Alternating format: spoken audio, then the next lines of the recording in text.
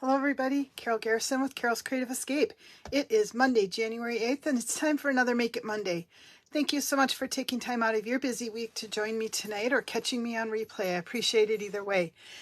Today I'm going to share with you a quick Valentine's card. It's kind of a double Z fold card, but what I like about this card is the base is rectangular in shape, but the second layer of Z fold is more square, and just a little bit different take on the Z-fold card than what I've seen.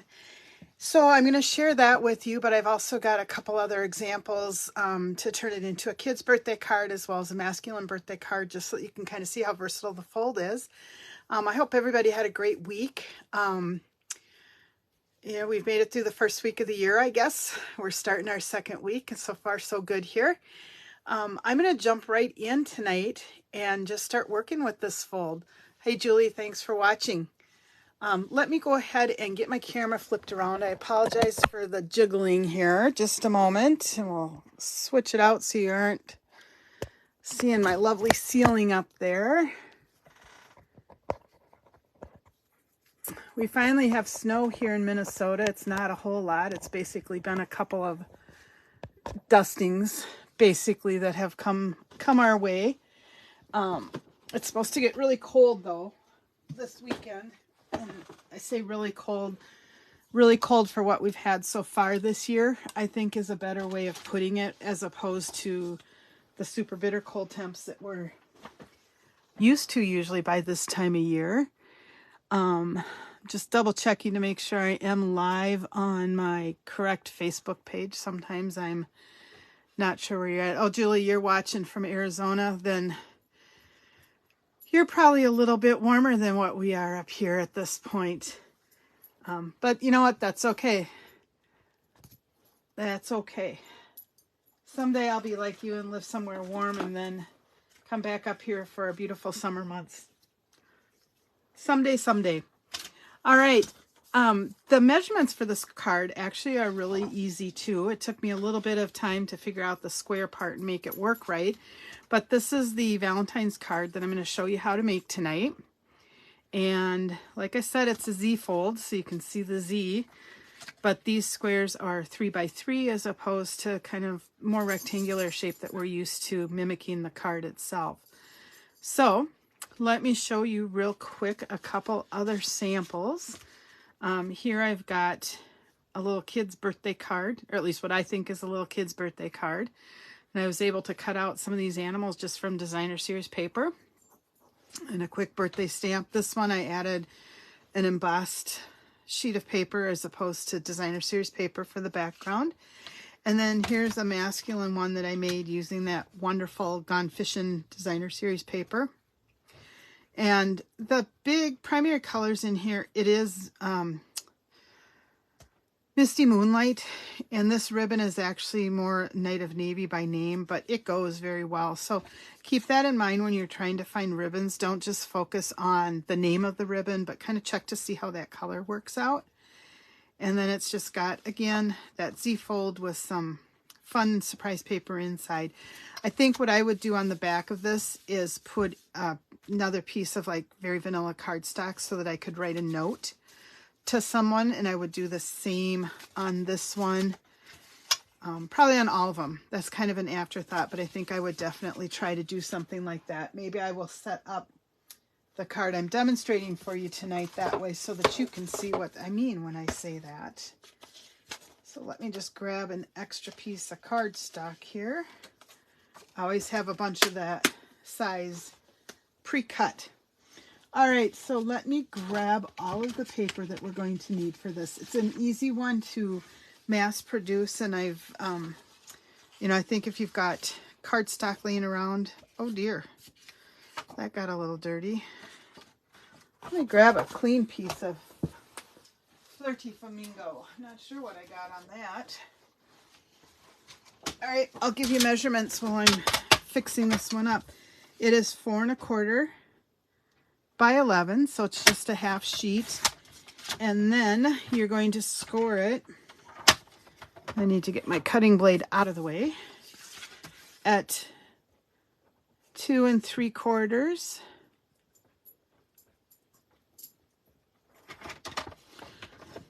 and 5.5.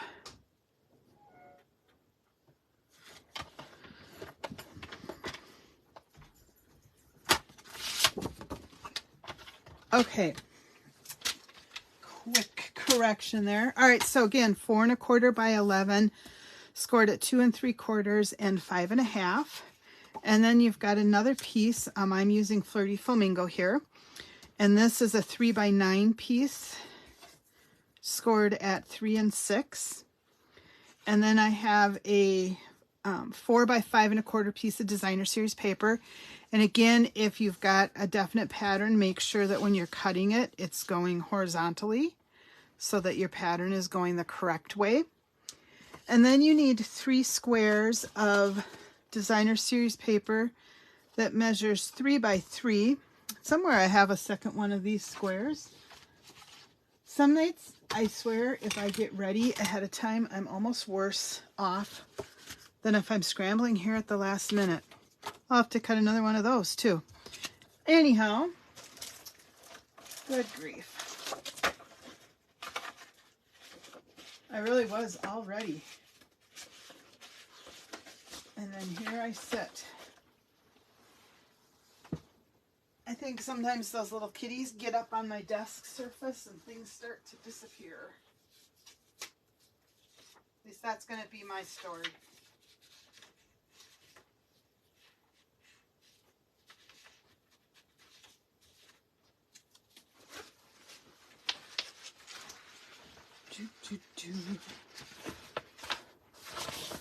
All right, I can't even find my scraps that I was working off of. So 3 inches by, or no, 2 3/4 by 2 3/4. And that's because they're going to sit in on the square of our folds that is 3 by 3. So 3 squares that measure 2 3/4 by 2 3/4. And then you've got one other piece of designer series paper that is 2.5 by 4 inches. And then because I'm going to try to put something on the back of this card so that we can write, I've got a 4 by 5 1/4. Just because I jumped around a little bit, I'm going to repeat these measurements real quick for everybody.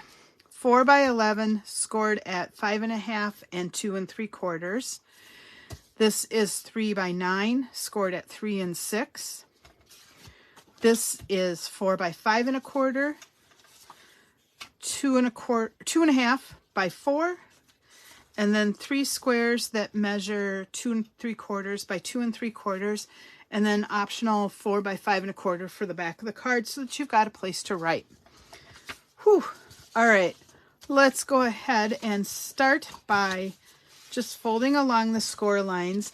It is kind of important with this card that you have well scored or well burnished folds, just because it helps with that Z fold part.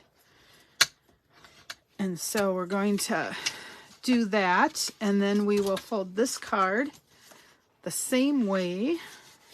So it's kind of mountain valley.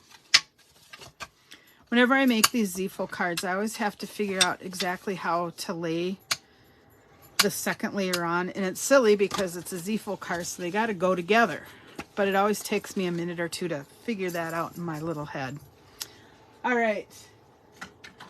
Let's go ahead and start. Actually, you know what? I'm going to do our stamping first.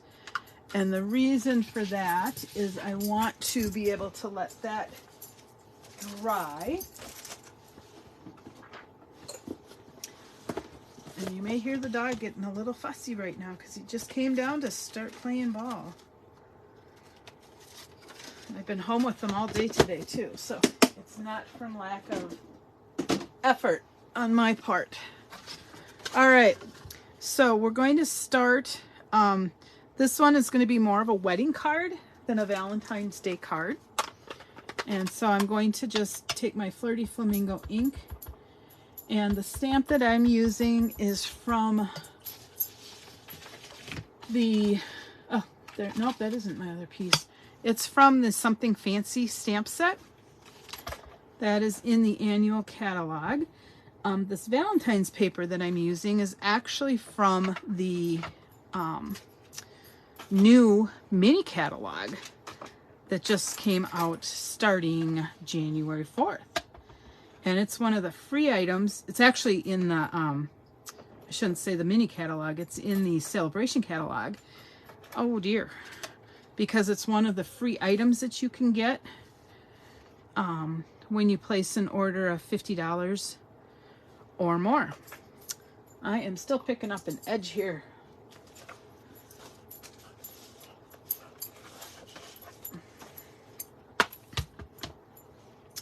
Everybody got their Christmas decorations down. We, well, with our kittens, we didn't really set up a tree this year because it just would have been a silly waste of time. But we had a little wood tree up that had ornaments on it. And then we had some very nice outside decorations up. And we've taken most of those down because the weather was so nice. We were able to take them down. But we have one of those light up plastic snowmen. And we decided we're going to leave that up post-Christmas just to have some fun light out front of our house to give people something to look at.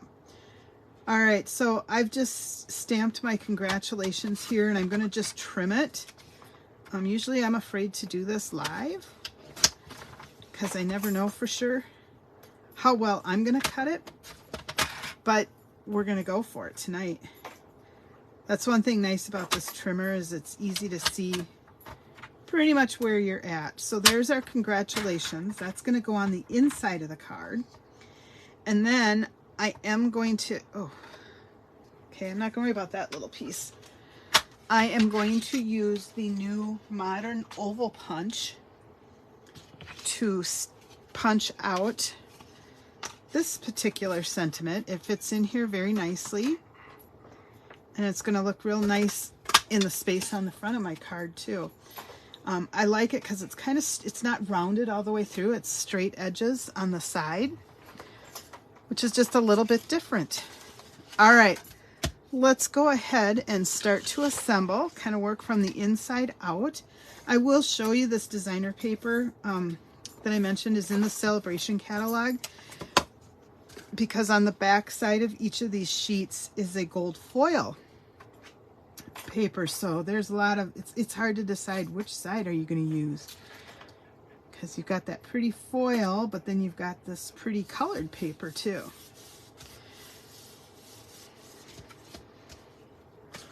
All right. And then I'm just going to take, I'm trying to use many of the different patterns because they do coordinate nicely together. And,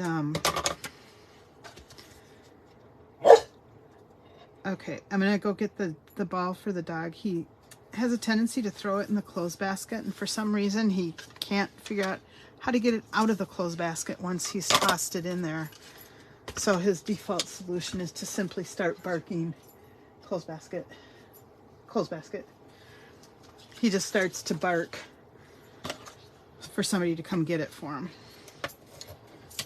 And I think he also knows that if he does that, then somebody's going to get up and do something about it. So he doesn't bark. So there may be some ulterior motives to what he's doing. At least the kitties are sleeping right now.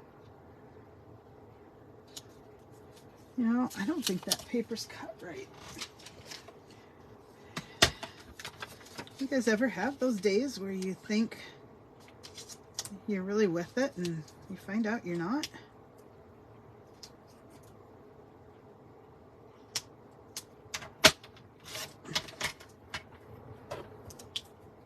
Okay, I think this will work a whole lot better. Hit 1/8 of an inch off.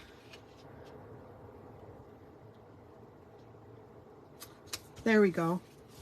I did find for attaching the designer series paper, it's much easier to attach it before you attach this piece to this piece, because this doesn't actually lay flat once it's in the card. It does fold up flat but the piece itself isn't flat in terms of being able to stick something on it. I'll show you what I mean here. So I'm just, for a slight change of scenery, I'm going to put that little gold foil in the middle because I think it's kind of pretty. And then I will show you what I did to assemble the card. So I wanted this square to be centered, and so I am just putting adhesive on two strips on one side. I'm going to keep it folded up but slide this part under and this part so it's on the top. And then I'm just eyeballing it to make sure I've got it centered.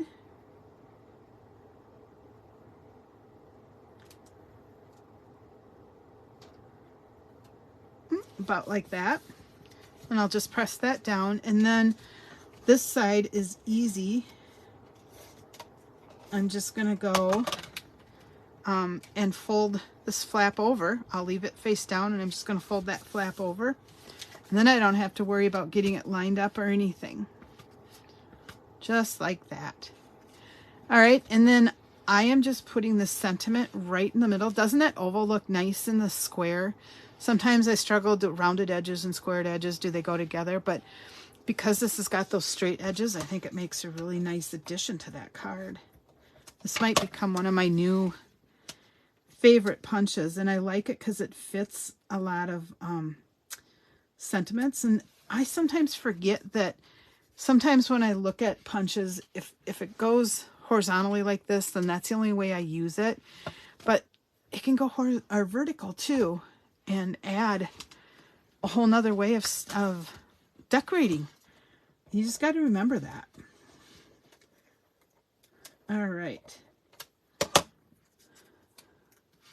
And I just realized I'm using a different tape runner than normal. I just kind of grabbed what I found on my desk, and I should be using this one. All right. So the second to last thing I want to do on this is I'm going to add some ribbon. Now this is the glittered organdy ribbon, and it is still available as an online exclusive item. So if this is something that you want to get, I am almost out. I can see my cardboard center. I'm going to be sad because I've used this a lot, but there'll be other pretty stuff that I can use. So I'm just going to cheat and kind of tie it in a knot. And I always tie, when I'm doing this type of bow, wrapping it around, I do tend to tie it tighter, almost, but not quite, bending the card. And that way it's tight when I'm all done tying it. You know, they tend to slip just a little bit. And so if I have it a little tighter than intended when I start, by the time I'm done, it's about the right tightness that I need. And then finally, I am going to add some of the iridescent rhinestones to this card. And again, I have them sitting out. Here they are. Because they've got a little pink tone to them already that'll go real nice with that flirty flamingo. So let me grab my Take Your Pick tool. And I've got this beautiful space here that I can work with, so I don't want to forget that. Put one up here. And I'll put one right there maybe. You can put your rhinestones wherever you want. There's nothing, no rhyme or reason. I tend to do mine in groups of 3, but I don't really know why. I probably heard it somewhere early in my stamping career. Remember what I said in a past video, if your tape isn't coming out when you do this, just run it across the back of your hand. You won't get any tape on your hand, but it will cause it to start running again. And what I like about that is when I tend to use my fingers to kind of get it going again, I always end up with tape on the back of my fingers and getting sticky everywhere else. And so by doing the back of my hand, it avoids all of that, and I don't get tape on the back of my hand. Okay, now I've got my cardstock on the back, so I can write a note to the couple that's going to receive this card. And then in the meantime, we've got a real pretty heart designed, heart themed card to give to somebody for a wedding. Quick and easy. So let me real quick show you this designer series paper. I want to make sure that you can see how pretty it is. Again, this is Most Adored. It is a 12 by 12 paper, and you can get it for free right now during celebration with a $50 before taxes and shipping order. The colors are Real Red, Flirty Flamingo, Gold, and White. So we've got just this Flirty Flamingo all over heart. A gold, I don't know, streaks, I guess. This really pretty plaid, primarily Flirty Flamingo with a little bit of Real Red highlighting. And then this cute heart paper, which you've seen me use in both of the heart-themed cards that I made tonight. I just put it in the middle. You know what? I just realized this has gold, and I use silver rhinestones here. Oh, I don't know if that's against the laws or not. But I've got that cute heart paper in there. I'm leaving it because that's what I've already done. And then this is kind of that marble effect, Flirty Flamingo, with just florals. I think this might be fun to do a little bit of blending brush with and add some color. And then here's the heart pattern. It's kind of sort of ombre because it gets a little lighter, a little darker, just depending on where you are in the paper. And then it's got a plaid gold. And the plaid, I don't know if you can see it when I lift it up closer a little bit, but it's actually kind of texturized too. It's got little lines in it. So it's not just a smooth gold. And I love this little heart all over on the red. I just think that is so cute. Looks like it should have a little girl's dress made out of it. And then we've got some big roses, and these look like they'd be very easy to fussy cut. And again, you could color over that and fill in. Super easy. And then we've got this red plaid. Mostly red with just a hint of Flirty Flamingo running through it. And finally on the back side is a marbleized gold. So some really fun gold stuff that goes with that.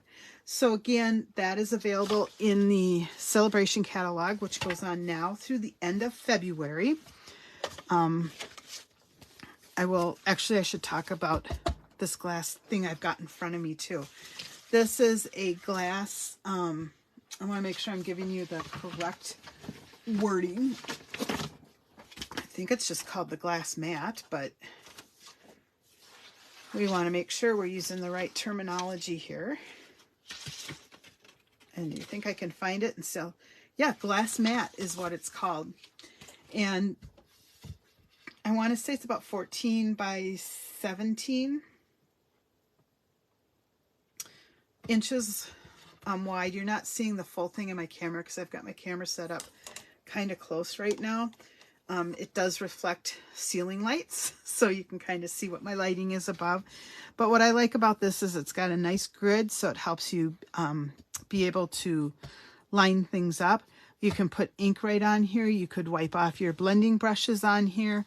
And even if you get a little bit of adhesive on here, it's not a big deal. It does come with its own cleaning cloth, and that can be used just to wipe stuff off. Super easy. It's just, you want this just slightly damp, and you just run over the surface. The tape does pretty much wipe right off.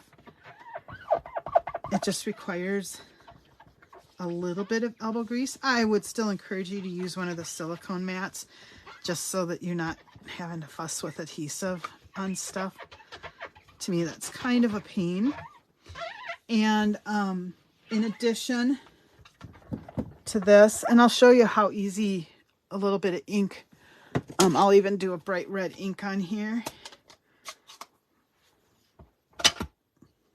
That's an awful lot of red ink.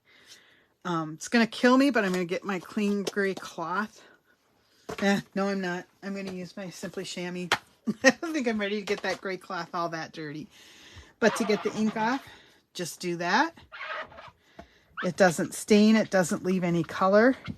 When it's that intense, you might have to go back and forth a couple times to get it all off. I demonstrated a card last week where I needed to mark a notch when I was doing a mask, and I just marked it with a Sharpie. Again, I can just come through with my cloth and wipe that right off. I haven't left the Sharpie on there long term. I wouldn't leave any ink necessarily on here long term, just because it does tend to, you know, inks can stain. But I've also heard people are using whiteboard markers on here as well. I haven't tried that. It is supposed to be heat resistant, so you could emboss right over it. I would be careful. I'd want to test it discreetly before I do that, just to make sure that I didn't heat on any embossing powder, but that should wipe and scrape right off too because of the smooth surface. It's just a great tool. The other part that I really like about it is, I don't know about you, but my work surface can be, my table can be just a little bit warped. And so there's a slight curve to it, which sometimes affects how my stamps work. Now, no matter where I'm at, I've got a flat surface because it's not going to bend in the middle. So even if I have that slight bow on my table, I'm going to be able to just keep stamping on here.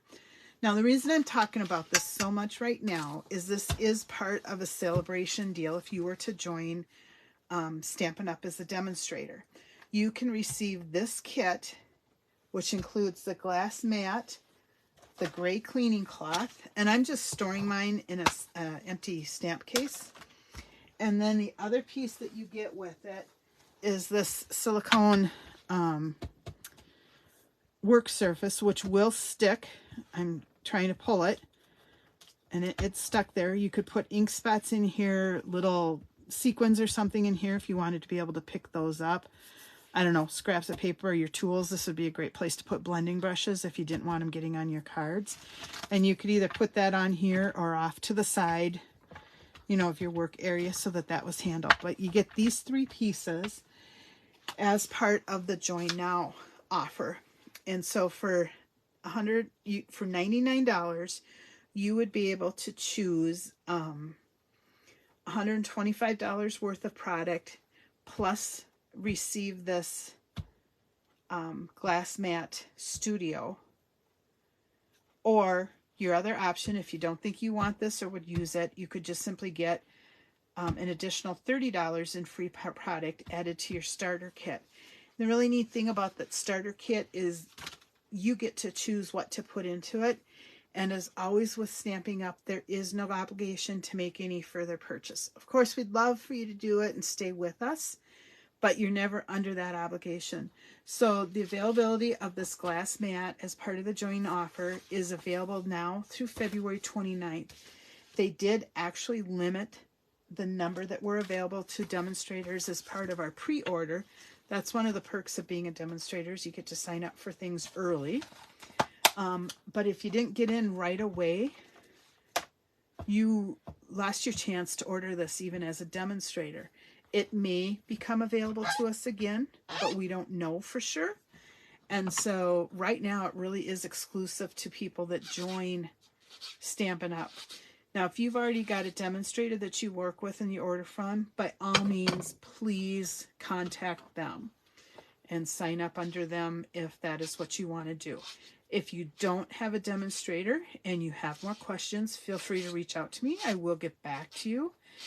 And if you are somebody that has already been a demonstrator and you dropped and you're thinking now might be a good time to join so that you can take advantage of the special offer, feel free to do that. Again, we don't require any further purchases. If you do, that's great, but you're under no obligation, even if you purchase that starter kit. It's one of the things that makes Stampin' Up! Just a little bit unique. So I am not going to talk any further about that, but if you do have any questions, feel free to reach out. Take care, everybody. Have a great week, and we are going to see you next week with another fabulous card. Thanks, and bye-bye.